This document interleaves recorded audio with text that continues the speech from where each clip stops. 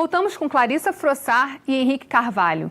Para reduzir a desigualdade e promover oportunidade para todos, algumas empresas atuam através de comitês, garantindo, por exemplo, a inclusão de mulheres em postos de chefia e o respeito à população LGBT no ambiente de trabalho. Vamos ver. O Trent tem uma cultura de diversidade e inclusão. A gente é o escritório que mais tem mulheres em posição de governança, né? Temos muitas sócias, né? E, além do gênero, a gente trabalha o PCD, que são as pessoas com deficiência, etnia, religião e o LGBT. Em 2012, a gente começou um engajamento mais intenso, muito vindo da questão do gênero, mas no ano passado que a gente assinou os 10 compromissos, né, das empresas com a questão LGBT, e 10% da empresa, pelo menos, aderiu ao comitê. Mas a gente faz ações que integrem todos os escritórios, assim, levantando o debate, conscientizando as pessoas que às vezes têm uma opinião que é um pouco mais retrógrada, que pode ser agressiva, e que a gente vem cada vez mais assim, promovendo as ações, né, para promoção e garantia dos direitos, né, LGBT, com todas as ações que são possíveis, palestras internas, com patrocínios de eventos, que foi o caso do casamento homoafetivo em São Paulo, né? Foi um casamento comunitário. Receber um CEO transgênero, receber um representante da OAB aqui dentro para falar para todo mundo, né? Todo escritório tem essa porta aberta. Então, se a pessoa não participa do comitê, ela pelo menos sabe a quem pode recorrer. Eu vejo que as pessoas procuram a gente para falar, sabe? Isso já aconteceu, para se queixar, para saber como agir, como se posicionar, e a gente poder entrar em contato com outros colaboradores e trabalhar para uma vida mais saudável para todo mundo, né?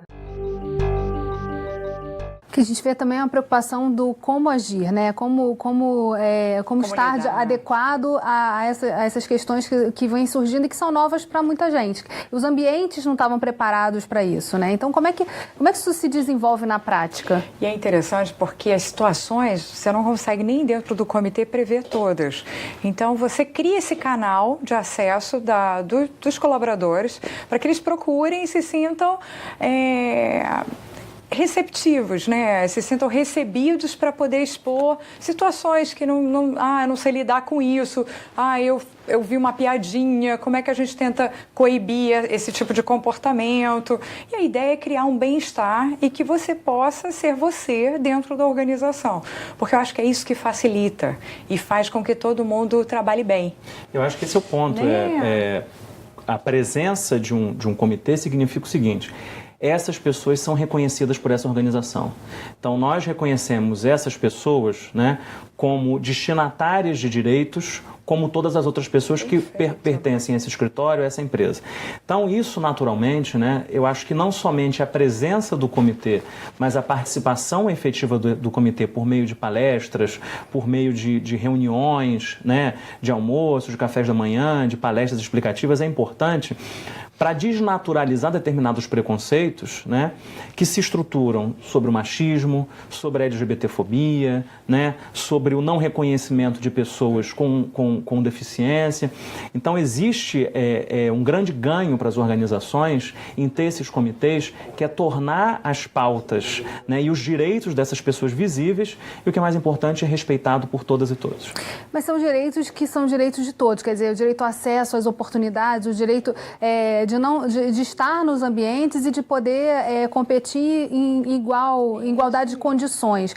Até que ponto, né, quando a gente começa a separar esses temas, e quando a gente fala de diversidade, a gente inclui muitos temas diferentes, porque a acessibilidade para uma pessoa portadora de deficiência, e a gente tem várias deficiências, tem os seus desafios.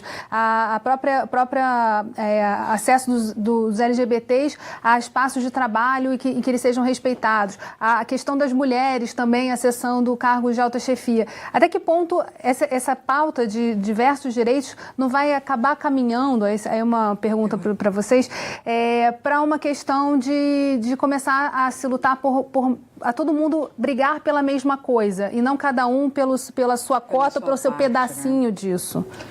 É a criação de um propósito, é o que a gente fala ali, todo mundo com as suas diferenças tem que brigar por algo comum.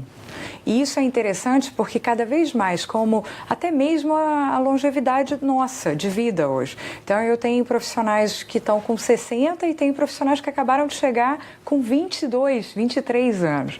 É uma disparidade enorme e que ao mesmo tempo eu acredito que é saudável essa convivência, porque são gerações que precisam trabalhar por um propósito daquela organização. E o que ele falou é muito isso que a gente faz nos comitês, é tentar mostrar que juntos vamos ser melhores, juntos vamos fazer mais, mas cada um respeitando as suas particularidades e diferenças. Eles precisam estar lá, né? A sua reflexão é muito boa, por quê?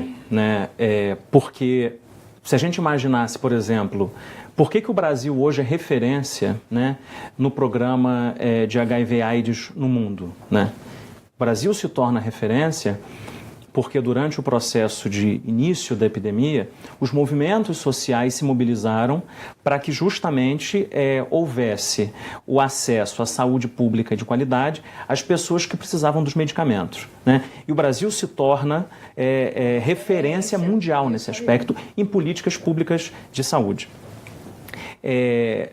Toda essa ideia de reconhecimento, né, de grupos sociais específicos, ela é importante porque há alguns momentos em que nós temos interseccionalidades.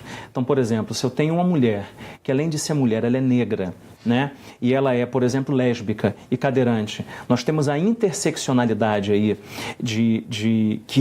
que incide sobre esse corpo que precisa de reconhecimento, né? Então as demandas cada vez mais, elas se concentram em diversas identidades, mas ela tem como perspectiva primeira a universalidade dos direitos humanos.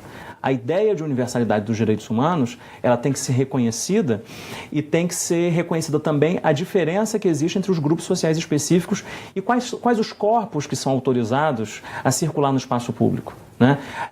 A briga que existe hoje para que nas TVs as pessoas negras participem dos programas de televisão, né, para que elas estejam presentes, por exemplo, em peças de teatro, né, é justamente um reflexo dos movimentos sociais para que todos os corpos que existam na sociedade sejam reconhecidos, né, e tenham participação.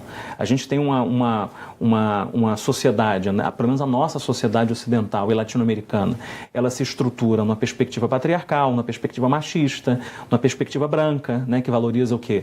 Todos aqueles corpos que não se enquadram nem no que é negro, nem no que é indígena, nem no que é LGBT. E esses grupos hoje eles estão brigando por direitos, eles estão lutando por reconhecimento, na medida que todos são cidadãs e cidadãos e ocupam o mesmo espaço, né? A gente vai falar um pouquinho mais sobre isso no próximo bloco. Não saia daí. Rio em Foco aqui, política e economia caminham juntas.